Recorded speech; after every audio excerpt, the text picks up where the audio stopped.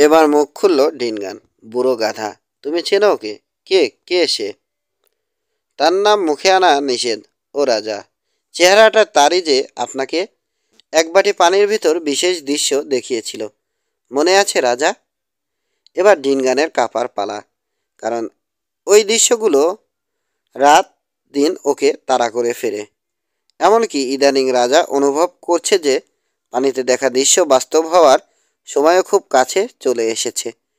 তবে মুখে রাজা বলল, ওই সাদা লোকটা পাগল হয়ে গেছে। আমার মনে হচ্ছে তুমিও পাগল হয়ে গেছো মোপো। তোমার স্বাস্থ্য পুনরুদ্ধারের সাথে দূরে কোথাও থেকে ঘুরে এলে ভালো করবে। আর আমাদের এখানেই কদিন থাকবে ডরিও। চাই না ও ঘুরে ঘুরে স্বপ্ন দেখা নিয়ে আবল তাবল বলে আমার প্রজাদের মাথা খারাপ করুক। চিকিৎসকেরাই ওর দেখাশোনা করবে। আসলে ডিনগানের ভয় বামুনদের হাতে অপ্রকৃতিস্থ ইনকোস সাদানাকে রাজা তুলে দিয়েছে, সেটা ডরিও জেনে ফেললে পরিণতি হয়তো ভালো হবে না। উপরন্তু সবাই জানে ডরিও মারা গেছে। তাহলে মৃত মানুষ হেঁটে চলে বেড়ায় কি করে? তাই ডরিওকে বন্দি করে আসল ঘটনা জানতে চায় ডিনগান। নিশ্চিত হতে চায় ডরিও আসলেই মানুষ নাকি ভূত, না মৃত লোকের ভুল ধরে এলাকায় ঘুরে বেড়াচ্ছে কোনো দুষ্টু জাদুকর। রাজার হুকুম ফেলা যায় না, তাই উঠে দাঁড়ালো ইন্দ্রাণুরা। কিন্তু রিচার্ডকে ধরার বদলে মাটিতে শুয়ে পড়ল ইন্দ্রাণুদের দল। আকুতি ভরা কণ্ঠে রাজাকে বলল, চাইলে আমাদেরকে মেরে ফেলতে পারেন কালো রাজা, কিন্তু আপনার এই হুকুম আমরা পালন করতে পারবো না। রেগে গিয়ে ডিনগান বলল, জাদুকরটা তোমাদের জাদু করেছে। তারপর সাথে থাকা ৮ বা ১০ জন ওঝাকে ডেকে বলল, দুষ্ট জাদুকর ধরা তোমাদের কাজ। যাও, ডরিওকে তোমরাই বন্দি করো। যথেষ্ট অনিচ্ছা নিয়ে সামনে বাড়ল তারা। যার যার পদ্ধতি অনুসারে কাজ শুরু করলো ওরা। কেউ গান ধরলো, কেউ আবার শুরু করলো মন্ত্র পড়া। এবার মুখ খুলল রিচার্ড। সাবধান আবানগোমা রা ওঝারা, আমার সামনে ভেসে থাকা আত্মাটি খুব রেগে গেছে। আর সাহস দেখাতে পারল না ওরা। পথের দুপাশে পড়ে গেল। রাজাকে বলল, এই জাদুকরের উপর আমাদের শক্তি কাজ করে না। ও রাজা। রাগে উন্মাদ হয়ে গেছে ডিনগান। চিৎকার করে সৈন্যদের বলল, সাদা লোকটাকে ধর। বাধা দিলে হাতের লাঠি দিয়ে পিটিয়ে মেরে ফেল তাকে। সৈন্যরা লাফিয়ে উঠল বটে। হম্বিতম্বিও শুরু করলো, কিন্তু এগিয়ে এলো না কেউ। কেবল এক ক্যাপ্টেন ২ কদম এগিয়ে গেল। তখন রিচার্ড বলল, পথ ছাড়ো, আর থাকা সম্ভব না।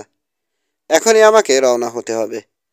সেই ক্যাপ্টেনটি তখন বলল, হাতের বর্শাটা ছেড়ে দিয়ে রিচার্ড যেন আত্মসমর্পণ করে। ওদিকে ক্যাপ্টেনের পেছনের সৈন্যরা তাদের হাতের কেরিগুলো শক্ত করে ধরে এগোতে শুরু করলো। ইচ্ছে এই এক আঘাতেই যেন ঘিলু বের করে ফেলা যায়। ঠিক তখনই সবাই দেখল ওদের চোখের সামনে উদয় হয়েছে অস্পষ্ট সাদাতে একটা অবয়ব। রিচার্ডের সামনে সামনে হাঁটছে সে। আর অপেক্ষা করে কে? হাতের কেরি ছুঁড়ে ফেলে ছুট দিল সৈন্যরা। ফটক খোলার চেষ্টাও করল না কেউ। উদ্ভ্রান্ত একপাল গরুর মতো সেফ নলখাগড়ার বেড়া ভেঙে চলে গেল সবাই। অস্পষ্ট মূর্তিটাকে রাজাও দেখেছে। সত্যি বলতে অন্যদের চেয়েও ভালো করে দেখতে পেয়েছে সে। ইন্দ্রাণুরাও দেখেছে। আর্তনাদ করে উঠল ওরা, ইনকো সাজানা, ইনকো সাজানা। ইনকো সাজানা হাঁটছে ডরিওর সামনে সামনে। বলতে বলতে উপর হয়ে মাটিতে শুয়ে পড়ল তারা। তবে নিজের জায়গায়ই বসে রইল রাজা ডিনগান। বলল, তোমার যেদিকে ইচ্ছা চলে যাও সাদা মানুষ, তবে সাথে করে ইনকো সাজানার আত্মাকেও নিয়ে যেও। আমার দেশের উপর অভিশাপ বয়ে এনেছে সে। কাজেই আবার পথে নামল রিচার্ড। দিকপথ কিছুই ওর জানা নেই, তবুও কম্পাসের কাঁটার মতো ঠিক উত্তরে পথ ধরেই এগিয়ে চলেছে ও। উত্তরে পথ ধরে এগিয়ে চলেছে ও। যে পথে র্যাসেলরা গেছে ঠিক সেই পথ ধরে এগিয়ে চলল রিচার্ড, যদিও সেই ব্যাপারে মোটেও সচেতন নয় ও। পথে কখনোই ওর খাবারের অভাব হলো না। যখনই খাবার শেষ হয়ে গেল দেখল খোঁজার আগেই ওর সামনে হাজির হয়ে গেছে খাবার। কখনো ঈগলের থাবা থেকে খসে পড়ল বাস্টার্ড পাখি, তো কখনো পেয়ে গেল চিতার সদ্য শিকার করা তাজা হরিণ। ক্লান্ত হয়ে ঘুমিয়ে পড়েছে, তো উঠেই আবিষ্কার করেছে ঠিক অস্টিসের বাসার বাইরেই ঘুমিয়েছে ও। আর বাসাটার ভেতর পুড়ে আছে অস্টিসের বড়সড় একটা ডিম। নেটিভ কায়দায় কাঠির সাথে কাঠি ঘষে আগুন জ্বালিয়ে ডিমটা হয়তো রান্না করে খেয়ে নেয় ও। রাতে আগুন না জ্বালিয়েই ঘুমাচ্ছে রিচার্ড। সিংহ এসে ওর পাশে হাঁকডাক করে চলে যায়, কিন্তু কিছু বলে না। প্রয়োজনের সময় সাথে সাথে পেয়ে যায় পানির উৎস। সোজা কথা, সবসময় অদৃশ্য একটা শক্তি ওকে পাহারা দিয়ে রাখছে। এগিয়ে নিয়ে চলেছে গন্তব্যের দিকে। জলাভূমি এলাকা পার হতে মোটামুটি 3 সপ্তাহ লাগলো রিচার্ডের। এক সকালে ঘুম থেকে উঠে দেখলো ওকে ঘিরে দাঁড়িয়ে দেখছে বিশালদেহী একদল লোক। রিচার্ডের মনে হলো সব শেষ, যাত্রার শেষে পৌঁছে গেছি আমি। এরা হয়তো এখনই আমাকে খুন করবে। কিন্তু পর মুহূর্তে অবাক হয়ে রিচার্ড দেখলো হাঁটু গেড়ে বসে পড়ল দানব সদৃশ্য মানুষগুলো। তারপর সসম্ভ্রমে ছেলুট করলো ওকে। তারপরে এগিয়ে দিল খাবার আর চামড়ার জুতো, সেই সাথে দিল নতুন পোশাক। বলা বাহুল্য, ওর পায়ের জুতো জোড়ার অবস্থা খুবই খারাপ। গায়ের কাপড়ও বহু আগেই তেনা হয়ে গেছে, প্রায় নগ্নই বলা চলে ওকে। কাজেই আন্তরিক ধন্যবাদের সাথে জিনিসগুলো নিল রিচার্ড। দানবেরা পালকি নিয়ে এসেছে। ইশারায় রিচার্ডকে অনুরোধ করলো পালকিতে উঠতে, কিন্তু এইবার মানা করলো। পেট ভরে খেয়ে মশকগুলো পানি দিয়ে ভরে নিল। তারপর আবার রওনা হলো নিজের পথে, কারণ ওর মাথার ভেতর একটাই পোকা ঘুরছে। গন্তব্যে পৌঁছার আগে সেটা কোনো মতেই ওকে শান্তি দেবে না। চোখের সামনে কেবল র্যাসেলের ধোঁয়াটে অবয়ব ছাড়া আর কিছুই দেখে না ও। জেগে থাকলে প্রায় সবসময় ওকে চোখের সামনে দেখতে পায়। কখনো কিছু সময়ের জন্য অবয়বটা হারিয়েও যায়, তবে ঘুমের মধ্যে সারাক্ষণই ওর সাথে থাকে র্যাসেলের আত্মা। প্রতি পদক্ষেপে ওকে পথ দেখিয়ে গন্তব্যের দিকে এগিয়ে নিয়ে চলেছে সে। রিচার্ডের নজরে এসেছে যে ওই দানব সদৃশ্য লোকগুলো ওকে অনুসরণ করছে। তবে যেহেতু ওরা তাকে বাধা দিচ্ছে না, উল্টো সাহায্যই করছে, খাবার দিচ্ছে, রাতের জন্য আশ্রয় বানিয়ে দিচ্ছে, তাই ওদের দিকে আর তেমন একটা নজর দিল না রিচার্ড। খেয়াল করলো দানবদের সর্দার লোকটা জুলু ভাষা টুকিটাকি বুঝতে পারে। ওকেই জিজ্ঞেস করলো কেন ওকে সাহায্য করছে তারা। জবাবে সে জানালো যে এটাই বৃক্ষমাতার হুকুম, কিন্তু বৃক্ষমাতাটা কে বা কি সেই তথ্য ওদের কাছ থেকে আদায় করা সম্ভব হলো না। ফলে এই বিষয়ে চিন্তা বাদ দিয়ে হাঁটার দিকেই মনোযোগ দিল রিচার্ড। একসময় মরুভূমির প্রান্তে পৌঁছে গেল ওরা, কিন্তু সামনে মরু নাকি সাগর সেদিকে ভ্রুক্ষেপই নেই রিচার্ডের। মরু তো মরু, আগুনের সাগর হলেও চোখ বন্ধ করে তাতে নেমে পড়ত। সাথে দানবদের দলের একজন চামড়ার বিরাট বড় এক ব্যাগে করে পানি বয়ে চলেছে। একসময় হাঁটতে হাঁটতে ওরা মরুও পার করে ফেলল, কিন্তু ততক্ষণে রিচার্ডদের সাথে টিকে আছে দানবদের কেবল একজনই। মরু শেষ প্রান্তে পৌঁছে এই লোকটিও পড়ে গেল। ক্লান্তির চরম সীমায় পৌঁছে গেছে সে। তবে রিচার্ডকে দেখে মনেই হচ্ছে না মরু পানি দিয়েছে ও। মোটেও ক্লান্ত নয় রিচার্ড। ওদিকে পড়ে যাওয়া দানব ওখানে বসেই ছোট একটা ড্রাম বের করলো। একবার রিচার্ডের মাথায় হালকা একটা চিন্তা এলো বটে, এটা কি ড্রাম বাজানোর সময় হলো? কিন্তু পরক্ষণেই মনে হলো যার মাথা তার ব্যথা। সাথে সাথে ওই চিন্তা ঝেড়ে ফেললো, এগিয়ে চলল নিজের পথে। সামনে চোখে পড়ল টাওয়ারের মতো বিশাল বিশাল বৃক্ষ সমৃদ্ধ আদি আদিগন্ত বিস্তৃত বনানী। সন্ধ্যার লালিমায় মনে হচ্ছে গাছগুলোর গায়ে যেন আগুন লেগে আছে। বিশাল গাছের ডালগুলো মাথার উপর ছায়া করে রেখেছে। ফলে নিষ্ঠা হয়ে আছে অন্ধকারাচ্ছন্ন। উপরন্ত সন্ধ্যা ঘনিয়ে এসেছে। ক্লান্ত হয়ে পড়েছে রিসার্চ। বরাবরের মতোই আগুপিছু চিন্তাভাবনা না করে একটা গাছের শিকড়ের উপর মাথা রেখে শুয়ে ঘুমিয়ে পড়ল ও। কতক্ষণ ঘুমিয়েছে রিসার্চ বলতে পারবে না। হঠাৎ ঘুম ভেঙে গেল ওর। অনুভব করল গায়ের উপর কিলবিল করে বেড়াচ্ছে বাচ্চা সুলভ ছোট ছোট কিছু হাত। দুটো হাত ওর মুখ চেপে ধরে আছে যেন চিৎকার করতে না পারে। এরই মধ্যে ওর হাত পা বেঁধে ফেলা হয়েছে। তারপর যে গাছটার নিচে ও ঘুমিয়েছিল সেটার কাণ্ডের সাথেই বেঁধে ফেলা হলো ওকে। মুখ খুলে দেয়া হলো। সাথে সাথে চিৎকার করে সাহায্য চাইল ও। কিন্তু এখানে কোনো সাহায্যকারী নেই। চিৎকারের জবাবে ফিরে এলো উপহাসের হাসি। ওদিকে ওর মনের মধ্যে সেই পথপ্রদর্শক আত্মা গিয়ে চলেছে যে, গন্তব্যের খুব কাছে পৌঁছে গেছো তুমি, দেরি করো না, চলো চলো রওনা হও। কিন্তু রিচার্ডের হাত পা বাঁধা। যতই ও জোরাজুরি করে ততই গায়ে কেটে বসে রশির বাঁধন। বাঁধনমুক্ত হতে প্রাণপণ চেষ্টা করেও শেষ পর্যন্ত ব্যর্থ হলো ও। 24। এডোর সাথে নায়া দেখা করার পরের দিনের কথা। গুহামুখে অস্থির হয়ে পায়চারি করছে নায়া। বেশ কয়েকবারই তাকে পাশ কাটিয়ে গেছে নই আর রাসেল, কিন্তু ওদের দিকে মোটেও মনোযোগ দিল না সে। সন্ধ্যা নাগাদ পায়চারি থামালো। রাসেলরা অবাক হয়ে দেখল কান পেতে কি যেন শোনার চেষ্টা করছে নায়া। যদিও ওদের কর্ণকুহরে বিন্দুমাত্র শব্দ আসছে না। এরপরই রাসেল আর নইকে কাছে ডাকলো সে। রাসেলকে বলল, আমার শেষ সময় চলে এসেছে। তোমাদের ডেকেছি বিদায় নেয়ার জন্য। সূর্য ডোবার আগেই মৃত্যু গুহায় চলে যাব আমি। কেঁদে ফেলল রাসেল। এই সদয় মনের বামন মহিলাটিকে সত্যিই ভালোবেসে ফেলেছে ও। বলল, আমি জানি মৃত্যু নদী পার হওয়ায় আপনার ইচ্ছা, তাই বাধা দিয়ে লাভ নেই। কিন্তু আপনি চলে গেলে আমি কি করব মা? এ দেশের লোকজন কুটিল। এদের মাঝে আমি বাঁচব কি করে? আমার কি করা উচিত মা? সম্ভবত আরেকজন সাহায্যকারী খুঁজে পাবে তুমি। সেই তোমাকে দেখে রাখবে, নিজের মনের কথা শুনবে, মানবে, আর মনে রাখবে তোমার কোনো ক্ষতি হবে না। না, আর কিছু বলা যাবে না। বিদায় মেয়ে আমার। এবার নয় বলল, আমার জন্য কোনো উপদেশ নেই মা?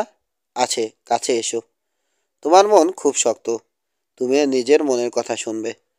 হয়তো পাপ করবে তুমি, তবে ভালোবাসার শক্তিতে ক্ষমাও পাবে এক সময়। আর নিয়তি যা নির্ধারণ করে রেখেছে তা হবেই। মনে রেখো, ধনুকের ছিলায় বসানো তীর তুমি। কাজেই তীরের মতো এক সময় তোমাকেও নিয়তি নির্ধারিত কাজ করতে হবে। হয়তো খুব বেশি সময় পার হওয়ার আগেই আবার আমাদের দেখা হবে। এসো, আমার পাশে বসো। এরপর নইয়ের কানে কানে কি যেন বলল নায়া। রাসেল দেখল একেবারে আগ্রহের আতিশয্যে চকচক করে উঠল নইয়ের চোখ। কখনো আবার ওর দৃষ্টিতে ফুটে উঠল গভীর নিরাশা। পরে একসময় নইকে রাসেল প্রশ্ন করেছিল যে, নায়া কি বলেছে?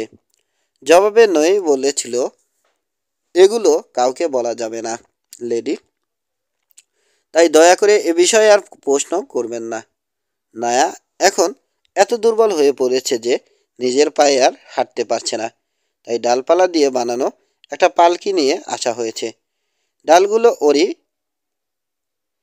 পরে ওরই পড়ে যাওয়া গাছ থেকে সংগ্রহ করা হয়েছে। ওটাই করে মৃত্যুগুহায় যাবে সে। পালকিতে চড়ে শেষবারের মতো নইয়া রাসেলকে কাছে ডাকলো সে। মাথায় হাত বুলিয়ে আশীর্বাদ করলো ওদেরকে। তারপর পালকি নিয়ে গুহার দিকে রওনা হয়ে গেল বোবাকালা অভিভাবকরা। রাসেলরা শুনতে পেল গুহায় বসে একটা গান গাইছে নায়া। তারপর একসময় গান থেমে গেল। গুহামুখের সামনে থেকে সরে এলো রাসেল আর নই। সামান্য একটু খাওয়া দাওয়া করে শুয়ে পড়ল দুজনেই। ঘুমাতে চাইল, কিন্তু কারো চোখেই ঘুম আসছে না। ছটফট করতে করতে একসময় উঠে বসলো রাসেল। নইকে বলল, আর পাচ্ছি না নই। মনে হচ্ছে বনের ভেতর থেকে কে যেন আমাকে ডাকছে। আমাকে যেতেই হবে। কে ডাকছে বোন এডো? কে ডাকছে বোন? এডো? প্রশ্ন করল নই। না, এডো না। মনে হচ্ছে রিচার্ডের আত্মা ডাকছে আমায়। আমি জানি ও মারা গেছে, কিন্তু দিনের পর দিন, সপ্তাহের পর সপ্তাহ ধরে অনুভব করছি ওর আত্মার সাথে কথা বলছে আমার আত্মা। এখন ভীষণভাবে আমাকে ডাকছে সে। হয়তো ওখানে গিয়ে মরবো, তবে মরলেও অন্তত রিচার্ডের আত্মার দেখা পাবো। কাজেই আমি যাচ্ছি। সত্যি যাবেন, জুলা? আমার তো মনে হচ্ছে শয়তানে ডাকছে আপনাকে। না, নয়, শয়তান নয়। আমার বরং মনে হচ্ছে খুব আনন্দময় কিছুর দেখা পাবো আমি। ভেবেই ভালো লাগছে। আর না, কি বলেছিল মনে আছে? বলেছিল মনের কথা শুনতে। কাজেই আমি যাচ্ছি। বিদায়। না, না, দাঁড়ান। আপনিও আপনি গেলে আমিও যাব। আমাকেও নায়া বলেছিল মনের কথা শুনতে। আমার মন বলছে আপনার সাথে যেতে। সুতরাং আমিও আপনার সাথে যাচ্ছি, বলল নই। রাসেল ওকে বাধা দিতে চাইল, কিন্তু ওসব শোনার সময় নইর নেই। ওর এক কথা, র্যাসেল গেলে ও যাবে। সুতরাং উঠে পড়ল দুজনেই। গায়ে জড়িয়ে নিল কালো আলখেল্লা। আর র্যাসেল হাতে নিল সাথে আনা ভারী উমকুলু বর্ষা। ব্যাস, বেরিয়ে পড়ল দুজন। এক বামন মহিলা ওদের দেখল, কিন্তু বাধা দিল না। ওরা ভেবেছে দেয়ালের সীমানার বাইরে বের হওয়ার সময় হয়তো বাধা দেয়া হবে, কিন্তু না, তাও না। কেউই বাধা দিল না ওদের। উল্টো দেয়ালের গোলক ধাঁধার মধ্যে পথ ভুলে গেলে কেউ একজন র্যাসেলের ক্লোকের প্রান্ত ধরে পথ দেখিয়ে এগিয়ে দিল। শেষ পর্যন্ত দেয়ালের বাইরে চলে এলো ওরা। কোন দিকে যাবে তা এক মুহূর্ত মাত্র ভাবল র্যাসেল। পর মুহূর্তে সোজা দক্ষিণমুখী হয়ে হাঁটতে শুরু করলো। জঙ্গলের ভেতর ঘোর অন্ধকার, কিন্তু এক মুহূর্তের জন্য ইতস্তত করল না র্যাসেল। একটা শিকড়েও ওর পা বাঁধল না। পথ দেখিয়ে নইকে নিয়ে এগিয়ে চলল ও। একসময় হঠাৎ থমকে দাঁড়িয়ে পড়ল র্যাসেল। ফিসফিস করে নইকে বলল, আমার মন বলছে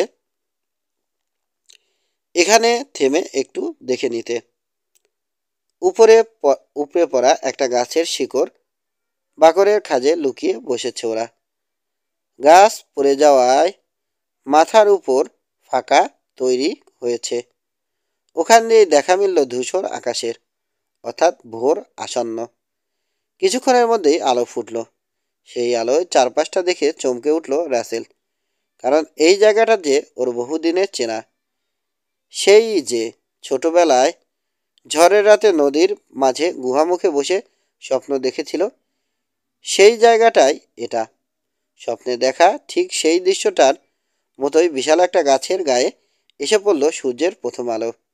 আরও অবাক হয়ে র্যাসেল দেখল গাছটার কাণ্ডের সাথে বেঁধে রাখা হয়েছে একজন লোককে। অর্ধনগ্ন মানুষটির চুলদাড়ি সব সোনালি, চোখ বোঝা।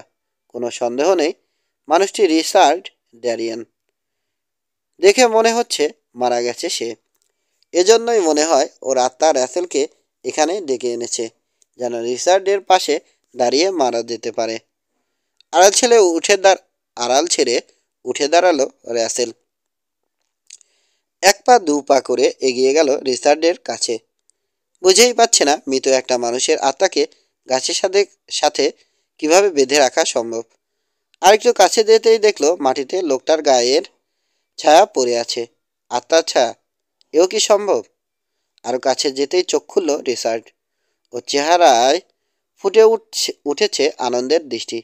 মুখ খুলল রিচার্ড, বলল, অনেক অনেক দূর থেকে আমাকে পথ দেখিয়ে নিয়ে এসেছো তুমি র্যাসেল। তবে কখনোই তোমার পুরো অবয়ব দেখিনি, কেবল চেহারাটাই দেখতে পেতাম।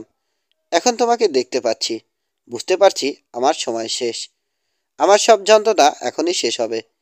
মৃত্যু নদী পাড়ি দিয়ে তোমার সাথে মিলিত হব আমি। আমি সত্যিই কৃতজ্ঞ। র্যাসেলের মনে হচ্ছে ওর গলায় দলা পাকিয়ে আছে কিছু একটা। কথা বলতে পারছে না ও। হাতের বর্ষাটা দিয়ে নিজের ছায়ার দিকে রিচার্ডের দৃষ্টি আকর্ষণ করতে পারল কেবল। বাধা থাকায় কষ্ট করে রিচার্ডকে ওদিকে তাকাতে হলো। পর মুহূর্তে খানিক কর্কশ্বরেই ও প্রশ্ন করল, তুমি আত্মা হলে তোমার ছায়া থাকে কি করে? আর যদি ভূত নাই হও, তো এই ভূতের দেশে এলে কি করে? এখনও কথা বলতে পারল না র্যাসেল। বলার চেষ্টা অবশ্য করল না।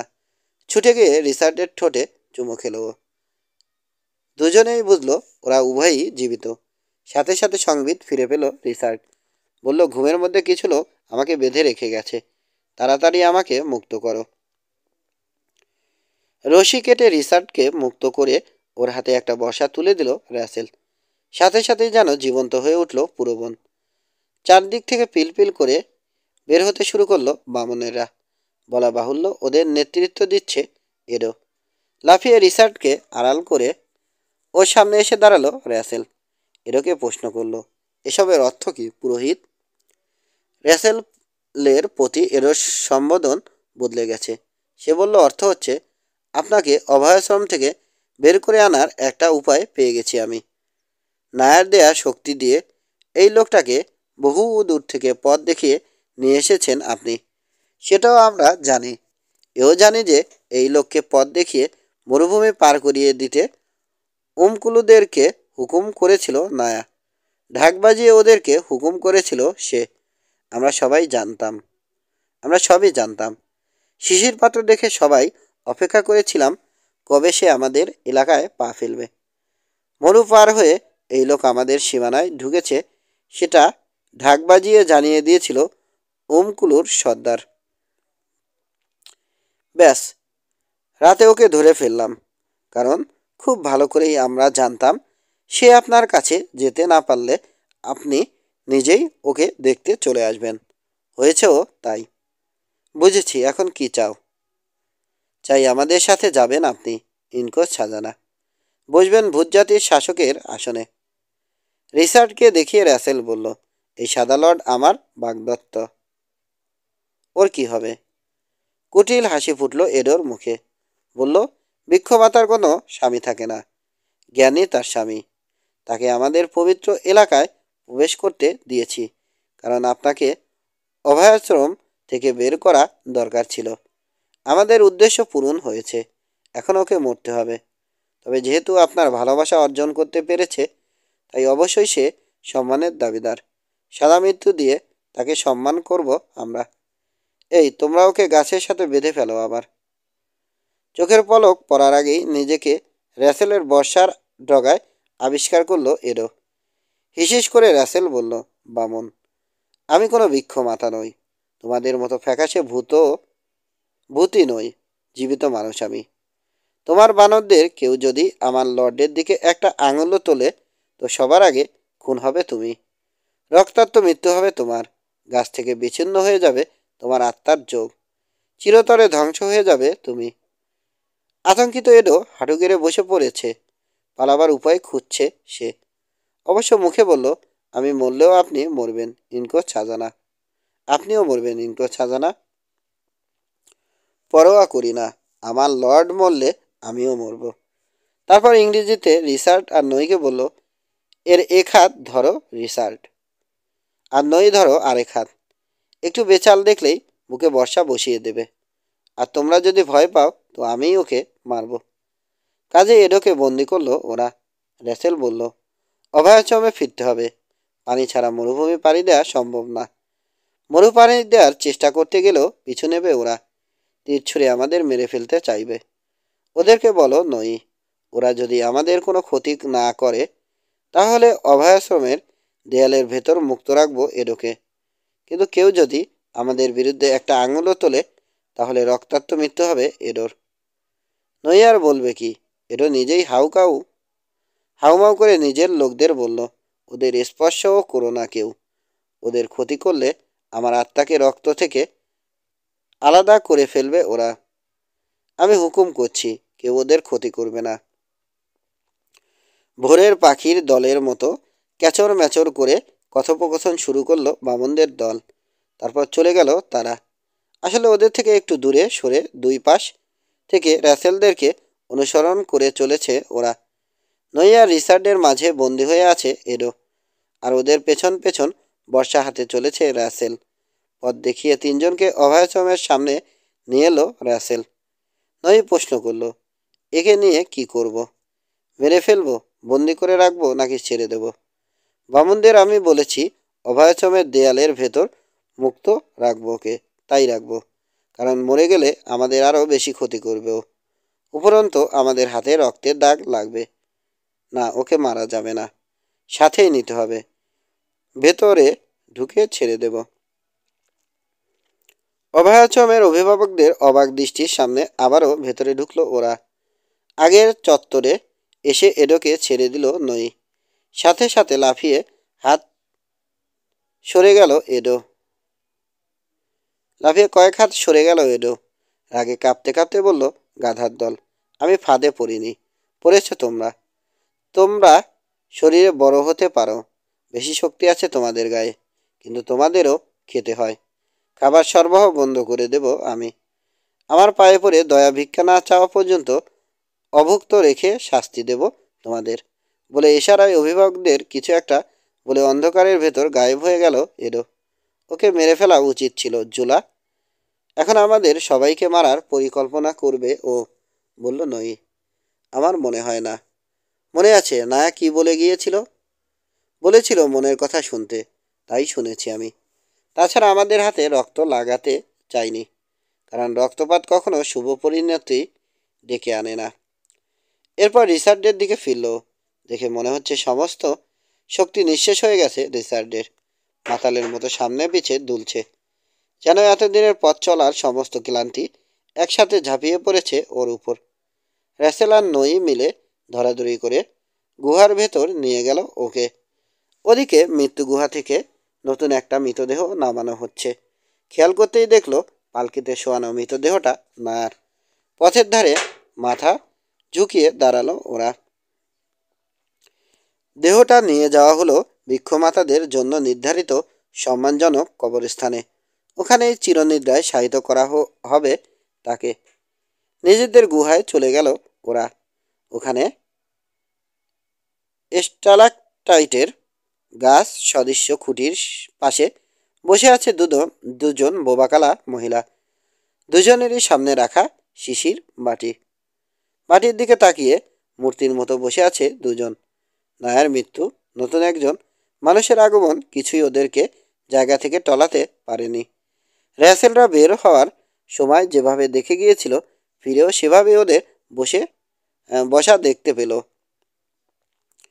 বিছানা পাতা রয়েছে, খাবারও দেয়া হয়েছে, কিন্তু সামান্যই খেলো রিচার্ড, এবং পুরোটা সময় এমনভাবে র্যাসেলের দিকে তাকিয়ে রইল যেন আগের সেই আত্মাকেই দেখছে। তারপর ক্লান্তির কথা বলে শুয়েই তলিয়ে গেল গভীর ঘুমে।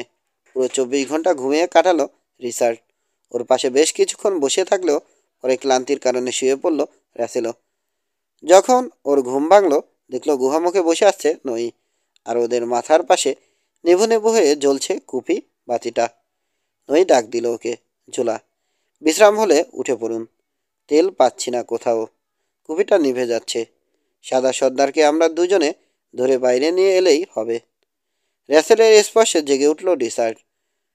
তুলে ওঠানো লাগলো না, এবং আশ্চর্য হয়ে ওরা আবিষ্কার করলো বোবাকালা বামুনেরা ওদের সমস্ত মাল সামান গুছিয়ে নিয়ে সরে যাচ্ছে এখান থেকে। ওরা চলে যাচ্ছে কেন? বিস্মিত কণ্ঠে প্রশ্ন করল র্যাসেল। জানি না জুলা, সম্ভবত খাবার আসছে না। আপনার নিশ্চয় মনে আছে, এডো বলেছিল ক্ষুধার যন্ত্রণায় কাতরাতে হবে আমাদের। সম্ভবত তাই হয়েছে। একমাত্র ক্ষুধার যন্ত্রণায় পারে এই বামনদের তাদের একমাত্র আশ্রয় থেকে বাইরে বের করে নিয়ে যেতে। র্যাসেলের প্রশ্নের জবাবে বলল নই। এই মুহূর্তে অভয়াশ্রমের দেয়ালের ভেতর ওরা তিনজন ছাড়া আর কেউ নেই। বামন অভিভাবকরা সবাই চলে গেছে, এমনকি মৃত্যুগুহার ভেতরেও কেউ নেই। এদিকে রিচার্ডের ঘুম ভেঙেছে, উঠে বসছে ও। কথা বলতে চাইছে, কিন্তু ঠিকভাবে বলতে পারছে না। তখনই রাসেলকে আবার বাধা দিল নই। বলল, জোলা, কথাবার্তা শুরুর আগে চলুন। অভয়াচমে প্রবেশ মুখের মুখটা ভালো মতো বন্ধ করে দিয়ে আসি, নইলে দলবল নিয়ে এরও কখন ঢুকে পড়বে বলা যায় না। শেষে বেঘরে আমাদের প্রাণটা যাবে। অভয়াচমের দেয়ালের ভেতর এরও রক্তপাতের সাহস করবে বলে আমার মনে হয় না। তবে নিরাপত্তার ব্যবস্থা নিয়ে প্রস্তুত থাকাই ভালো, বলল র্যাসেল। দেয়ালের প্রবেশমুখ বন্ধ করার ব্যবস্থা নেই, তাই প্রবেশ পথের সবচেয়ে সরু একটা জায়গায় এমনভাবে ওরা পাথর এনে রাখলো যে বাইরে থেকে ভেতরে ঢোকা হবে খুবই কষ্টসাধ্য। লম্বা কয়েকটা ঘন্টা পরিশ্রম করে দেয়ালটা দাঁড় করালো ওরা। তবে এ কাজটা আসলে বৃথাচম দেয়া হলো, কারণ রাসেলের ধারণাই ঠিক। এই জায়গাটাকে বামনরা পবিত্র জ্ঞান করে, তাই ভেতরে ওরা আসবে না। বরং ক্ষুধার যন্ত্রণায় কাতর হয়ে ওরা নিজেরাই কখন আত্মসমর্পণ করবে সেই অপেক্ষায় বসে থাকবে এডো আর তার দল। যা হোক, সন্ধ্যা নাগাদ গুহায় ফিরে গেল ওরা। যৎসামান্য খাবার দাবার যা আছে সেগুলো খুঁজে বের করলো, কিন্তু এ দিয়ে কিছুই হবে না। টেনে টুনে 2 বেলা চলবে হয়তো। গুহার ভেতর থেকে বয়ে যাওয়া ঝর্ণাটা থাকায় কেবল পানিরই কোনো অভাব নেই। কোনো রকমে দুমুঠো মুখে দিয়ে ক্লোক আর মাদুর নিয়ে চলে গেল গুহার বাইরে। দেয়ালের গা ঘেঁষে নতুন ক্যাম্প করেছে ওরা। এখান থেকে পরস্পরের উপর নজরও রাখা যাবে, আবার একই সময় বাইরেও চোখ রাখা সম্ভব হবে। বিকেল নাগাদ দেয়ালের উপর থেকে নেমে এলো নই। ওখানে বসে চারদিকে নজর রাখছিল। নেমে এসে বলল, অভয়াশ্রম ঘিরে বসে আছে বিপুল সংখ্যক বামন। অভয়াশ্রম অবরুদ্ধ করে রেখেছে ওরা। সেই রাতটা কেটে গেল। এলো নতুন প্রভাত। খাবার নেই, তাই শুধু পানি খেলো ওরা। ঝিমানো অবসন্নভাবে কাটল দুপুরটা। বিকেলে পরিবেশটা একটু ঠান্ডা হবার পর একত্রে বসলো ওরা। কি করা যায় তা নিয়ে নতুন করে চিন্তাভাবনা করতে শুরু করলো। রিচার্ড প্রস্তাব করলো যে, যেহেতু পালানো অসম্ভব, তাই এডোর কাছে আত্মসমর্পণ করা যায়। সাথে সাথে প্রস্তাবটা নাকচ করে দিল র্যাসেল, কারণ আত্মসমর্পণ করা মাত্রই রিচার্ড আর নইকে মেরে ফেলবে এডো।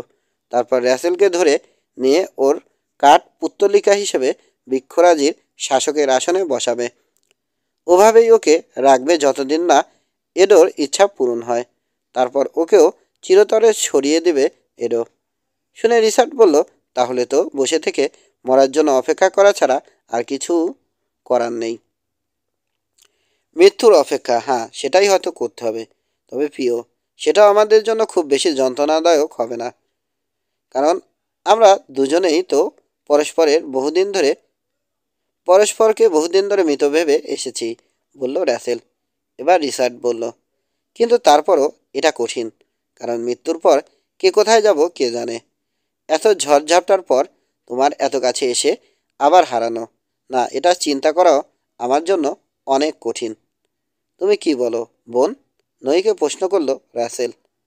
সরাসরি উত্তর না দিয়ে নই বলল, দেয়ালের উপরে এই মসগুলো পেয়েছি, এগুলো খাওয়া যায়। সেদ্ধ করে খেয়ে নিই, চলুন। বলে একটু মস বের করল নই। এটুকুই না আরও আছে? প্রশ্ন করল রাসেল। না, আর নেই। ওই বড় গাছটার বিষ বাষ্পের কারণে এখানে কোনো গাছ লতা গুল্ম কিছুই জন্মাতে পারে না। তবে আজ এটা খেয়ে নিন। আমি একটা খবরের অপেক্ষা করছি।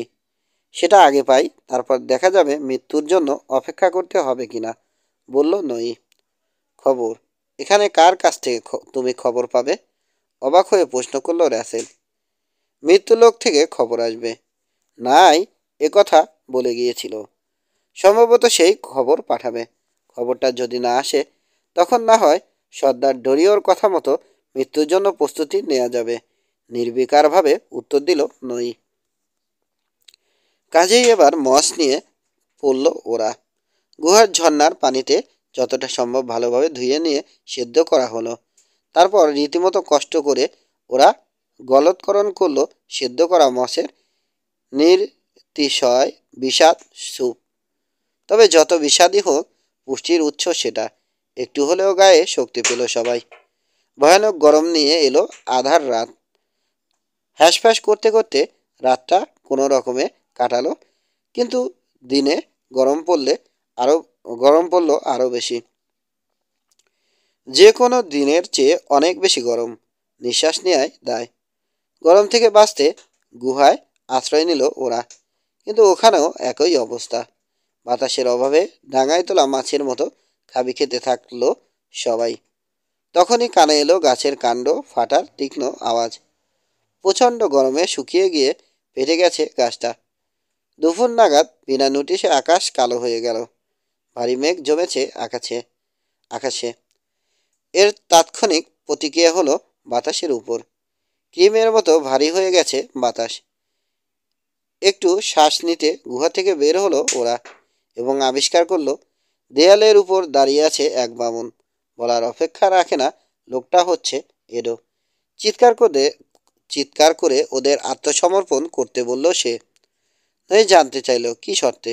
আগের শর্ত, তুমি আর সাদা ভবঘুরে সাদা মৃত্যু পাবি।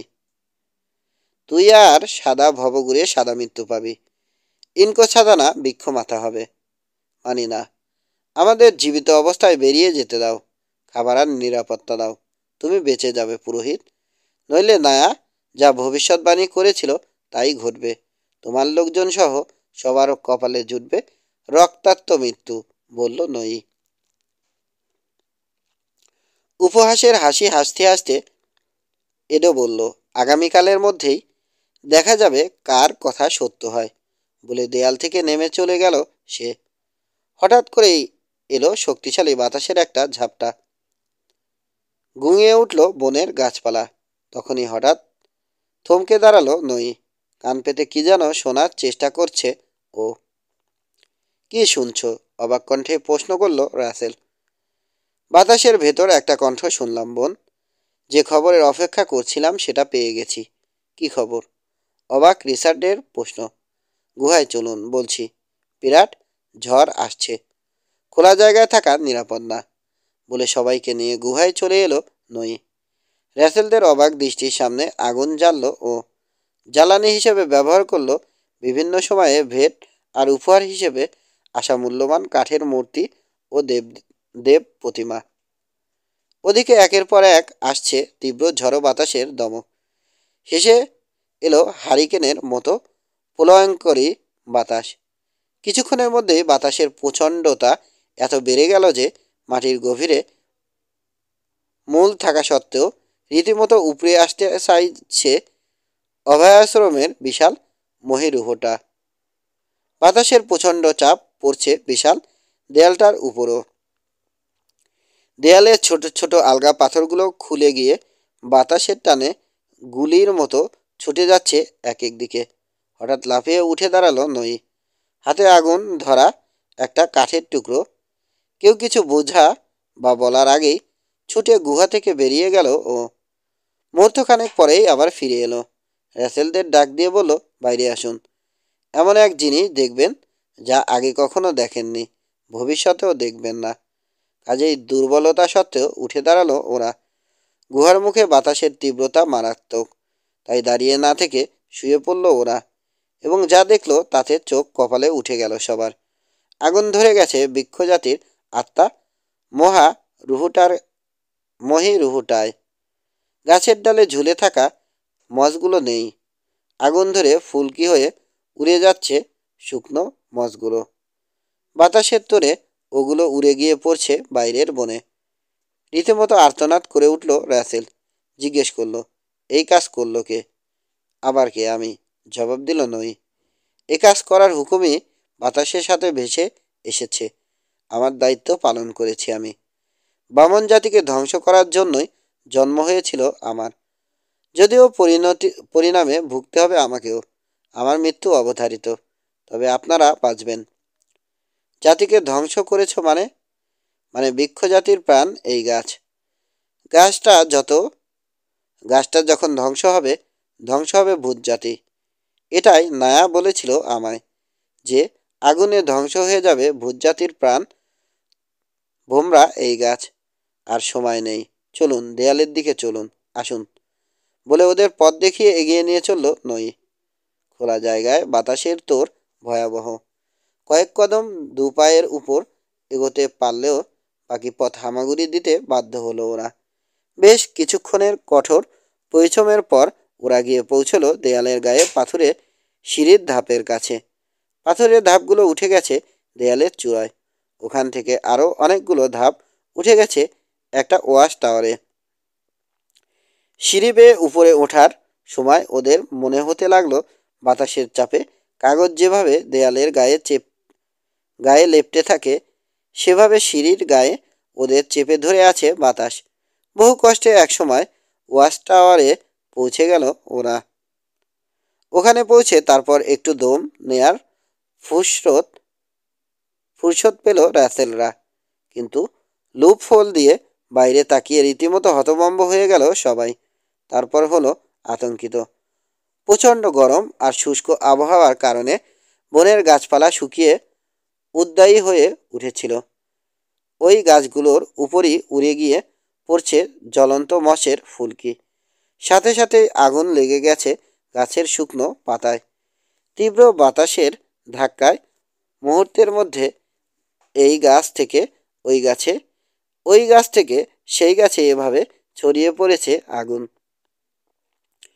আস্ত একটা শীটের মতো পুরো বন ঢেকে ফেলেছে আগুনের চাদর।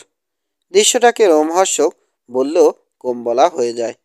মাইলের পর মাইল জুড়ে যত দূর চোখ যায়, দাউ দাউ করে জ্বলছে আগুনের লেলিহান শিখা।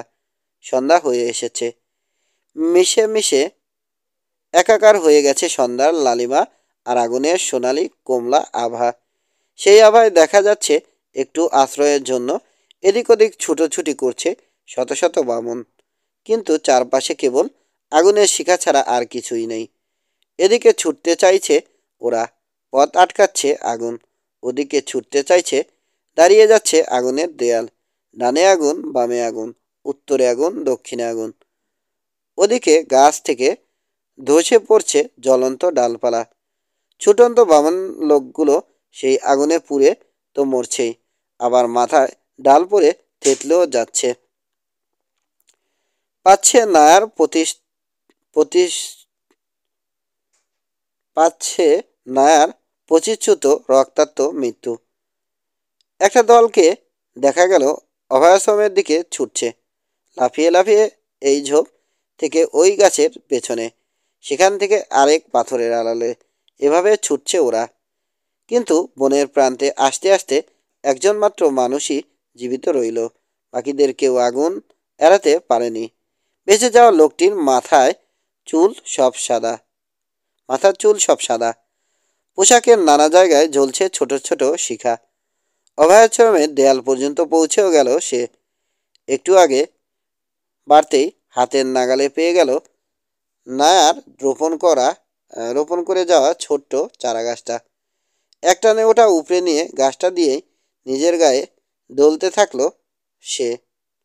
উদ্দেশ্য আগুন নেভাবে, কিন্তু ওই গাছের রসও সম্ভবত উদ্দায়ী প্রকৃতির। ফলে চারা গাছটায় আগুন লাগতে সময় লাগলো না। জ্বলন্ত গাছটা পুড়িয়ে দিল তাকে। চারাটা মাটিতে ছুঁড়ে ফেলে দেয়ালের দিকে ছুটতে শুরু করলো লোকটি। এতক্ষণে পরিষ্কার দেখা গেল লোকটি হচ্ছে পুরোহিত এডো। হঠাৎ করেই পড়ে গেল নই। রিচার্ড এগিয়ে গেল ওকে ধরে দাঁড় করাতে, কিন্তু ওকে ঠেলে সরিয়ে দিল নই। হাঁপাতে হাঁপাতে বলল, ছাড়ুন, আমাকে ধরতে হবে না, মারা যাচ্ছি আমি। গাছটায় আগুন দেওয়ার জন্য মৃত্যু গুহার ভেতর ঢুকেছিলাম আমি। ওটার বিষ কাজ করতে শুরু করেছে। তবে আপনাকে আমি বাঁচাতে পেরেছি বোন। আপনাকে আর আপনার ভালোবাসার মানুষকে, দুজনকেই বাঁচিয়েছি। ধূসর জাতি এখন ধূসর ছাই হয়ে গেছে। ওরা আর আপনার ক্ষতি করতে পারবে না। বোনের প্রতি ভালোবাসার কারণেই এত বড় পাপ করলাম আমি। তবে ভালোবাসার শক্তি অনেক বড়। তাই ভালোবাসার জন্য কৃত এই পাপেরও ক্ষমা পাবো আশা রাখি। বোন, আগামী দিনগুলোয়, সুখের দিনগুলোয় আমাকে মনে রাখবেন। আর পার্থিব জীবনের পর অন্য দুনিয়ায় যখন যাবেন, ভূতের জগতে আমায় খুঁজবেন। নইর কথা শুনতে শুনতে অন্য একটা আওয়াজ কানে এলো ওদের। র্যাসেলদের আশ্রয়ে মাথা জাগালো এডো। পোশাকের জায়গায় জায়গায় ফুলকির মতো আগুন জ্বলছে। কালি ঝুলি মেখে বিবন্ন হয়ে আছে মুখ। দেয়াল ঘেঁষে বসে সে তাকালো নইর দিকে। হিসহিসে কণ্ঠে নইকে বলল, এদিকে আয়, শেয়াপির মেয়ে। দেখ কি করেছিস তুই। আদিভূত জাতিকে ধ্বংস করে ফেলেছিস। বল, কেন এই কাজ করেছিস? কেন? মরার আগে আমাকে জানতেই হবে। ওপারে গিয়ে পূর্বপুরুষদের কাছে জবাব দিতে হবে আমায়। সম্মোহিতের মতো এডোর দিকে এগিয়ে গেল নই। যেন হুকুম অমান্য করার সাধ্য ওর নেই। টারেটের বাইরে মুখোমুখি বসলো দুজন। বাতাসের তোড়ে উড়ছে নইর লম্বা চুল। ও বলল, আমার বোন আর তার ভালোবাসার মানুষকে বাঁচাতে এই কাজটা করেছি আমি। নায়ার মৃত্যু তোমরা ডেকে এনেছো, তাই ওর হয়ে প্রতিশোধ নেয়ার জন্য এ কাজ করেছি। এ কাজ করেছি কারণ তোমার পাপের ঘোড়া পূর্ণ হয়েছে। তোমাকে আর পাপী ভূত জাতিকে ধ্বংস করার জন্যই জন্ম হয়েছে আমার। শুনে এডও মন্তব্য করল, হ্যাঁ তাই হয়েছে। আমার শক্তিকে ছাড়িয়ে গেছে ওই সাদা নারীর জাদু। ওর উপস্থিতিতেই পতন ঘটেছে ভূত জাতির, পতন ঘটেছে বিশাল মহিরুহের বনের। কিন্তু বেইমান, এবার তোরও সমাপ্তি ঘটবে। বলেই লাফিয়ে উঠল এডো। র্যাসেল বা রিচার্ড কিছু করার আগেই আঁকড়ে ধরল নইকে। পর মুহূর্তেই টেনে নিয়ে গেল টাওয়ারের প্রান্তে। একটু ধস্তাধস্তি করলো বটে নই, কিন্তু দুর্বল শরীর নিয়ে হার মানতে বাধ্য হলো ও। র্যাসেলরা আসার আগেই নইকে নিয়ে আছড়ে পড়ল 60 ফুট নিচের পাথরের চাতালের উপর। মারা গেল এডো, মারা গেল নই। এভাবেই ভালোবাসার মানুষটিকে বাঁচাতে নিজের প্রাণ বলি দিল নই। পরের দিন সকাল। বনের আগুন প্রায় নিভে গেছে। গতরাতে ঝড়ো বাতাস থামার পরই নেমেছিল প্রবল বৃষ্টি। তাতেই নিভেছে আগুন। যদিও বনের ধ্বংস হওয়া তাতে থেমে যায়নি। এখনো এখানে ওখানে দিকে দিকে জ্বলছে পোড়া কয়লা। ওর মধ্য দিয়েই অভয়াশ্রম ছেড়ে বেরিয়ে এলো র্যাসেল আর রিচার্ড। বাইরে বেরিয়ে এসে হতভম্ব হয়ে গেল ওরা। গতকালই যেখানে দেখেছিল আদিকন্ত বিস্তৃত বিশাল বড় বড় সবুজ গাছের বন, আজ সেখানে কেবল ধূসর ছাই, পুড়ে কয়লা হয়ে যাওয়া কাণ্ড আর কাদা ছাড়া আর কিছু নেই। বহু কষ্টে সাইকাদার সাগর পাড়ি দিয়ে ওরা চলে এলো সাবেক বনের প্রান্তের সমতলে। এখানে দাসগ্রামে ঢুকে পড়ল ওরা, কিন্তু কোথাও কেউ নেই। আগুনের ভয়ে গ্রামের বাসিন্দারা সব ফেলে পালিয়ে গেছে। যদিও ওদের খোয়ারে রয়ে গেছে অনেক গবাদি পশু, আর আছে ঘরভরা খাবার।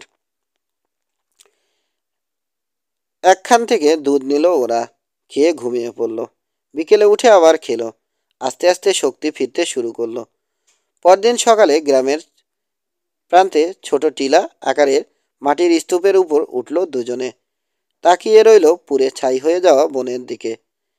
একবার পেছনে ফিরেও তাকালো। দেখলো পেছনে গ্রামের সীমার বাইরে থেকে নদী পর্যন্ত বিছিয়ে আছে সবুজ ঘাসের চাদর। বনের ছাই দেখে রিচার্ড বলল, ওই ছাইয়ের তলায় চলে গেছে আমাদের সমস্ত দুঃস্বপ্ন। তারপর পেছনের উর্বরা ঘেঁষো প্রান্তর দেখিয়ে বলল, আর ওখানে ফুলের ডালি সাজিয়ে আমাদের জন্য অপেক্ষা করছে সোনালী ভবিষ্যৎ। হ্যাঁ, ছাইয়ের তলায় চাপা পড়ে আছে নইসহ যাদের আমি ভালোবাসতাম, তাদের সবার চিঠি। এখন কেবল তুমি ছাড়া আমার আর কোনো অতীত নেই, বলল র্যাসেল। র্যাসেল, অনেক ঝড় ঝঞ্ঝা পেরিয়ে জীবন ফিরে পেয়েছি আমরা, আর আমি পেয়েছি তোমায়। এত কিছুর পর নিশ্চয় দয়াময় বিধাতা আমাদেরকে আর আলাদা করবেন না। আমরা নিরাপদেই থাকব। আমার সাথে মরু পাড়ি দিতে নিশ্চয় ভয় পাবে না তুমি? রিচার্ডের দিকে ফিরে দাঁড়ালো র্যাসেল, চোখে আত্মবিশ্বাস আর নির্ভরতার দৃষ্টি। বলল, না রিচার্ড, আমি ভয় পাই না। নয়ের কথা শুনতে পাচ্ছি। ও বলছে সমস্ত বিপদ পেছনে ফেলে এসেছি আমরা। এখন আমরা নিশ্চিন্তে জীবন কাটাবো, ঠিক যেমনটা বলেছিল আমার মা। অবশ্য তুমি যদি চাও তাহলেই। পরস্পরের বাহুতে ধরা দিল র্যাসেল আর রিচার্ড। সমাপ্ত।